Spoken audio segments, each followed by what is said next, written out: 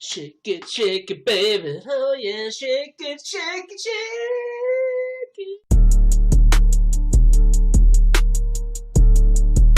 it. Are you still thinking John and Tom as the main event?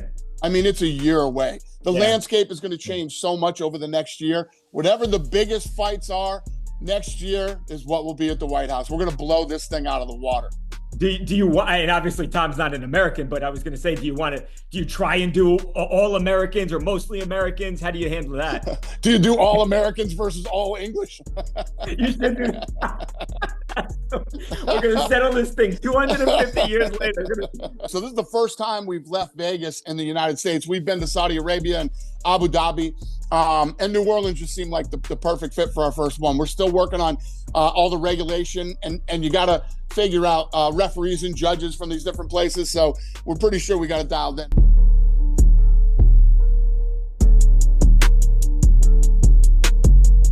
You are a pussy. I'm here in the same city as you, but you are in the cave hiding the whole week. I'm looking for you every day in this beach, in this place. Right. You guys are both on the coast.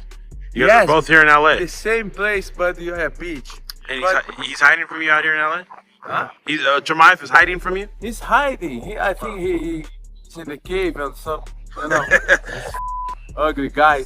But I mean, don't worry. I've come for you. I just beat this Russian guy, and you are next.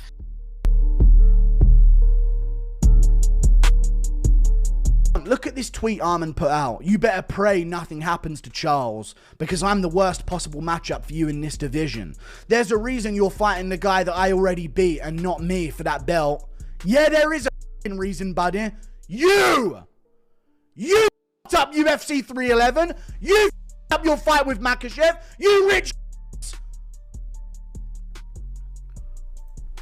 You can have some consequences for your action as well. You spoiled, privileged little rodent goblin fuck. How about some consequences for your actions? You fucked it all up. There's a reason you're fighting the guy that I already beat and not me for that belt, because you've done all and you ruined the whole event and you ruined your title shot by not making weight. See you later. Goodbye.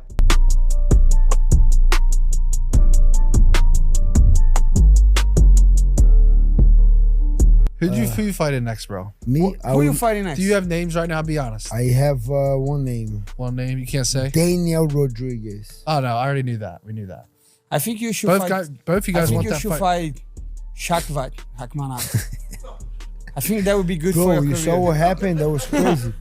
I think in a position that you are right now, I think that's a good fight, bro. That was crazy. I'm telling you, take this opportunity and make the best of it, bro. You saw what happened? I believe in you, Gilbert. Gilbert by submission in that fight is happening. Bro, you saw crazy? Don't you like your money? Bro. No, I'm joking. Almost got submitted by Ian Gary. Gilbert's definitely subbing him. No, I'm joking, bro. I'm just trying to be like Brendan Schaub, funny. No, but honestly, you saw what happened to this guy? That's crazy, bro. Who? We shot. Oh, no, I know. He just had a surgery. He was in Abu Dhabi. He was flying back home. Yeah. And his wife and his son or daughter got an accident. And they have other family. And I think the other woman. The other people passed and away, the wife and the kids survived. And they went to the hospital with that was some scary shit, dude. Crazy, bro. And the car was all flip over. Why you bring that up? I'm depressed now. Because you talk about him. Yeah. How do you want to see a path in your next 3 fights? Where would you like to go? I would like to be in the top 15 for my next fight. Paddy makes sense to me because he's where I need to be, right? He's at that ranking spot. I think he's 10 or somewhere in that area. And that makes sense to me to be there. Stylistically, I feel like I'm just a threat to him. He'd probably be the one shooting in that fight. I get that win and it puts me right, where I feel like I belong. Yeah, rankings wise, he's at 9. Yeah, 9, so yeah. You got too many wins for Paddy Pimblett because his last opponents were 0-8. 100%.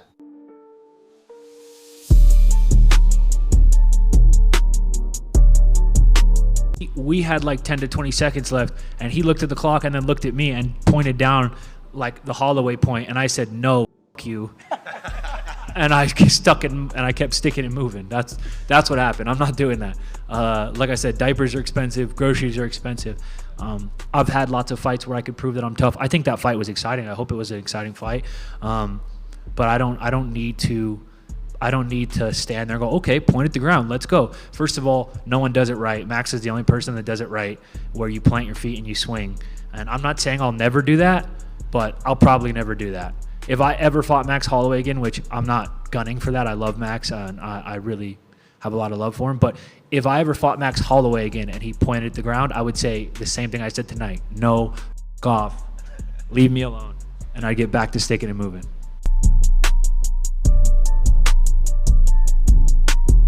Recém tava chegando no ranking, aí Entendi. pô, Tá, e tá, muito risco pra eles, eu Só pra entendo. saber. Tá, tá.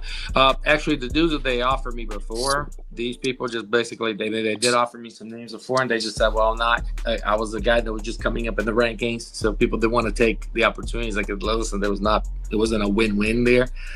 There was not much for them to gain or them to lose, being top ranked fighters fighting a guy that just joined the rankings. And we all know that, that Diego Yair was going to be a thing, and then Yair just basically, again, we all know, he said something about being injured, so he couldn't fight. And I understand that the manager didn't, that was not, fighting me is not something that he was going to go for.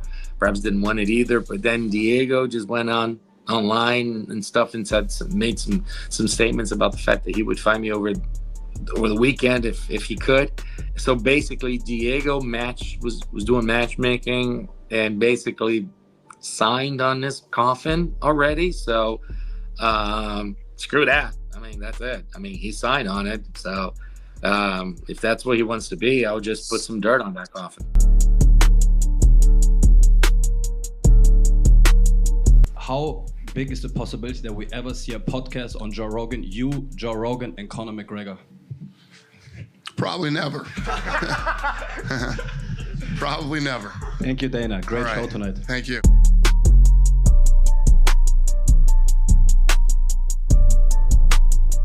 We got excited. We got excited because we finally heard from Khamzat.